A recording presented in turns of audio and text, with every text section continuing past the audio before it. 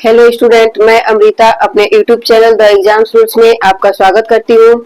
आज आप लोगों के सामने फिर से एक बार उपस्थित हूँ एक नए टॉपिक के साथ।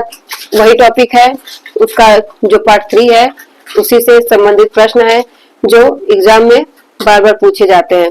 चलिए देखते हैं। पहला क्वेश्चन क्या कह रहा है, मणिपुर में स्कर्ट को क्या कहा जाता है?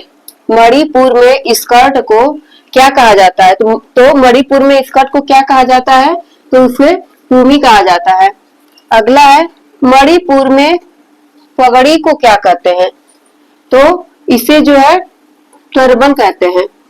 अगला है, अकोबी का मतलब क्या होता है? अकोबी का जो मतलब है या अर्थ है उसे वह क्या होता है? तो अकोबी का अर्थ होता है गोलेकार नमूना। क्या होता है? गोलेकार नमूना होता है। अगला है, कांथी। कांथी जाति की लोग शिव गणेश की डिजाइन बनवाती थी, जो उसे क्या कहा जाता था?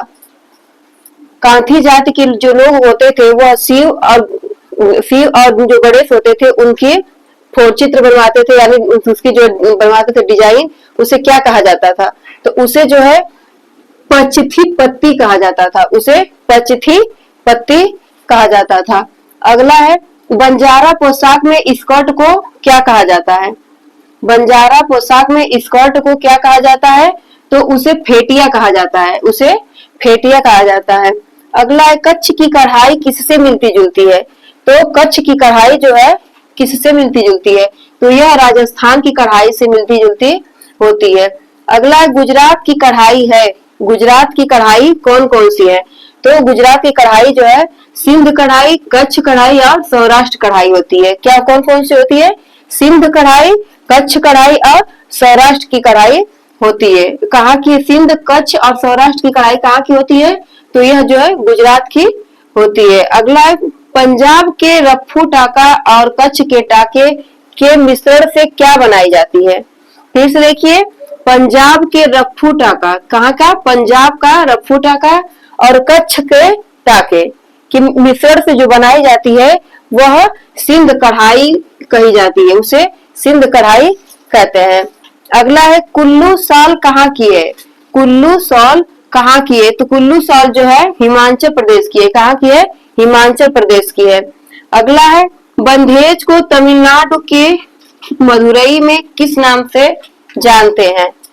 बंधेज को तमिलनाडु के मदुरई में किस नाम से जानते हैं? तो इसे सुंगड़ी के नाम से जानते हैं। इसे जो है सुंगड़ी के नाम से जानते हैं। अगला है, गर्भ रेशमी साड़ी कहाँ की है? गर्भ रेशमी साड़ी कहाँ की है और कौन है? तो गर्भ रेशमी साड़ी जो है मध्य प्रदेश की है। कहाँ की है? मध्य प्रदेश की है। अगला है, पटोला को आंध्र प्रदेश में क्या कहते हैं? पटोला को जो है आंध्र प्रदेश में क्या कहते हैं? तो इसे आंध्र प्रदेश में पोचमपल्ली के नाम से जानते हैं। आंध्र प्रदेश में इसे पोचमपल्ली कहते हैं। अगला है, सबसे महीन बंधेज। सबसे महीन बंधेज राजस्थान में कहाँ बनती है? तो सबसे महीन बंधेज जो है राजस्थान में कहाँ बनती है? तो यह जो है शेखावट में बनती है। कहाँ बनती है? शेखावट में बनती है।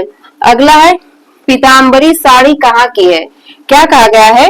पीताम्बरी साड़ी कहाँ की है? तो पीताम्बरी साड़ी कहाँ की है? तो यह जो है हैदराबाद की है। कहाँ की है? हैदराबाद की है। और यह दक्षिण भारत में पाया जाता है। कहाँ है? दक्षिण भारत में होता है। अगला है, अप्रचलित साड़ी कौन सी है? अप्रचलित मतलब जो प्रचलित नहीं है। अप्रचलित मतलब जो भारत में प्रचलित नहीं है, वह साड़ी कहाँ पाई जाती है? कौन सी है? तो वह मुर्शिदाबाद की साड़ी है। कहाँ की है? मुर्शिदाबाद की। उस साड़ी का नाम क्या है? बालूचरी साड़ी। कौन सी साड़ी है? बालूचरी साड़ी है। और मुर्शिदाबाद की साड़ी जो है अप्रचलित है। यह भारत में जो है नहीं प्रचलित है। अगला है, राजस्थान का नमूना कौन सी है? राजस्थान का नमूना कौन कौन सी है? तो राजस्थान में जो बनाया जाता है नमूना, वह डूंगर शाही, अम्बादल और लहरिया बनाई जाती है। कौन कौन बनाया जाता है? राजस्थान में जो नमूना बनाया जाता है वह डूंगर शाही, अम्बादल और लहरिया बनाई जाती है। अगला देखिए, ढाका का मलमल कहाँ का है? क्या है? ढाका का मलमल कहाँ का है? तो यह जो है कहाँ का है, बांग्लादेश का है। ढाका का मलमल कहाँ का है, तो यह बांग्लादेश का ढाका का मलमल है। अगला है आवे रवा का अर्थ क्या है, क्या है आवे रवा का अर्थ क्या होता है, तो आवे रवा का अर्थ क्या होता है, तो इसका अर्थ होता है बहता पानी। क्या होता है, बहता पानी। यह जो है इसकी विशेषता बताई गई है। आवे रवा जो है विशेषता किसकी है, तो यह मलमल की है। किसकी है, मलमल की है। जो फिंगर में एक अंगूठी में होकर के जो साड़ी निकल जाती है उसकी विशेषता है। अगला है शबनम ओस की बूंद। शबनम क्या है, शबनम का अर्थ क्या है, तो शबनम का अर्थ जो है ओस की बूंद है। क्या है, शबनम का अर्थ होता है ओस की बूंद। अगला है वफ्त हवा का अर्थ क्या है, वफ्त हवा का अर्थ क्या है, तो हवा से भी हल्का। इसका अर्थ होता है हवा से भी हल्का। अगला है गुजरात के पटोला में क्या रंगते हैं, गुजरात के पटोला में क्या रंगते हैं, धागा रंगते हैं। क्या रंगते हैं, धागा रंगते हैं। अगला है चंदेरी सिल्क पहनी जाती है। चंदेरी सिल्क कब पहनी जाती है, तो चंदेरी सिल्क जो है ठंडी के मौसम में पहनी जाती है, क्योंकि यह जो चंदेरी सिल्क गर्म होती है, इसलिए इसे ठंडी में पहनी जाती है।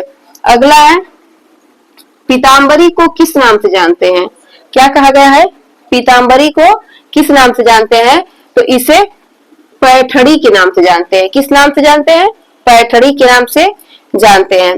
अगला है किसमें बॉर्डर और पल्लू अलग अलग तैयार किया जाता है, किसमें जो है बॉर्डर और पल्लू अलग अलग तैयार किया जाता है, तो वह पीताम्बरी साड़ी में किया जाता है।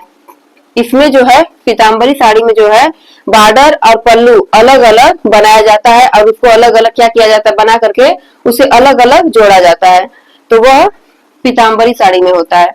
अगला है फूलों के गुच्छे को क्या कहते हैं, फूलों के गुच्छे को क्या कहते हैं, तो फूलों के गुच्छे को क्या कहते हैं, तो इसे पन्ना हजारे कहते हैं। इसे पन्ना हजारे कहते हैं। फूलों का जाल कहलाता है, फूलों का जाल कहलाता है, तो फूलों के जाल को क्या कहते हैं, जतार कहते हैं। इसे जतार कहा जाता है।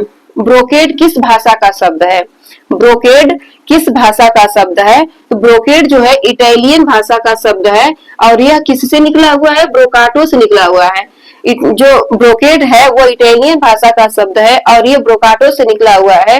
और ब्रोकाटो का अर्थ क्या होता है, तो ब्रोकाटो का अर्थ होता है उभरा हुआ। क्या होता है, ब्रोकाटो का अर्थ उभरा हुआ होता है। आज के लिए बस इतना ही, कल मिलेंगे अगले वीडियो में नेक्स्ट टॉपिक के साथ। तब तक के लिए धन्यवाद।